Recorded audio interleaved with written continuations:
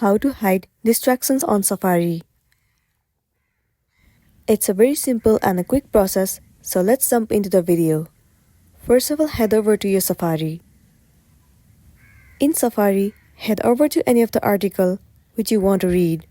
Let's say this is one of the article that you want to read, and you don't want any of the distraction while reading this article.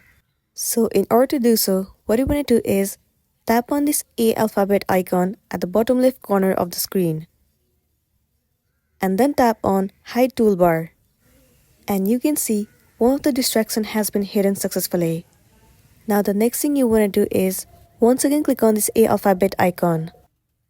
Different options will be visible to you. Head over to website settings. You will be able to see two different options. One is request desktop site and the other is use reader automatically.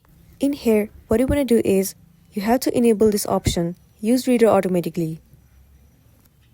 Once this option has been enabled, all of the distraction will be hidden successfully, and then you'll be good to go. So that's all for today, and this is simply how you can hide distraction on Safari. Make sure to smash the like button and consider subscribing if you found this video helpful. We'll see you in the next one.